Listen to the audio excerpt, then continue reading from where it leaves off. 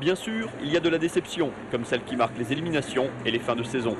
Les hockeyeurs strasbourgeois s'arrêtent donc en quart de finale de play-off, battus 3-1 par Briançon. Vraiment pas de quoi rougir, les Provençaux, vainqueurs de la Coupe de France et dauphins de Rouen en saison régulière, s'imposent logiquement.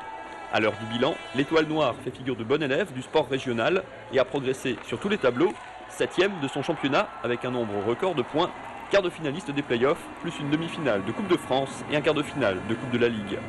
Un bilan très positif, en forme de confirmation, pour un club qui vivait sa 4e saison en Ligue Magnus. Je ne pensais pas du tout qu'on irait aussi vite, parce que dès la première saison, on a quand même flirté avec la 13e place, qui est celle qui nécessite un barrage de maintien. Avec 9 nouveaux joueurs en début de saison et le départ de ses maîtres à jouer canadiens, le chantier était considérable. Mais l'inamovible Daniel Bourdage a pu s'appuyer sur le groupe forgé l'an dernier et sur les jeunes joueurs formés à Strasbourg. Après un début de saison délicat, l'entraîneur québécois a recentré son équipe sur un jeu plus défensif.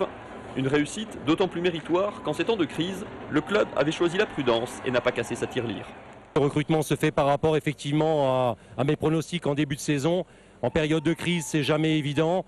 Et on a revu un petit peu la voilure cette année de pratiquement 15%, voire 20%. On savait que ce serait compliqué et dur. Une sagesse dans la droite ligne de la progression du club. Arrivé en Ligue Magnus il y a 4 ans, en même temps que dans sa nouvelle patinoire, l'Étoile Noire et ses dirigeants ont pris garde de ne pas sombrer dans les travers de nombreux clubs français qui, de Grenoble à Mulhouse, ont vécu au-dessus de leurs moyens et l'ont parfois payé très cher. On est dans notre logique à nous, c'est-à-dire qu'on avance doucement, parce que financièrement, on ne peut pas faire de miracle.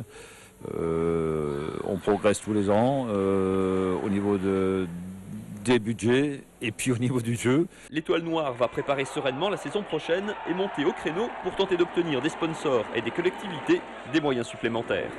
Avec 2 atouts dans la manche, celui de Club Sage qui progresse tranquillement et celui des résultats sportifs en progrès chaque année. Et ça, du côté du foot ou du basket notamment, tout le monde ne peut pas en dire autant.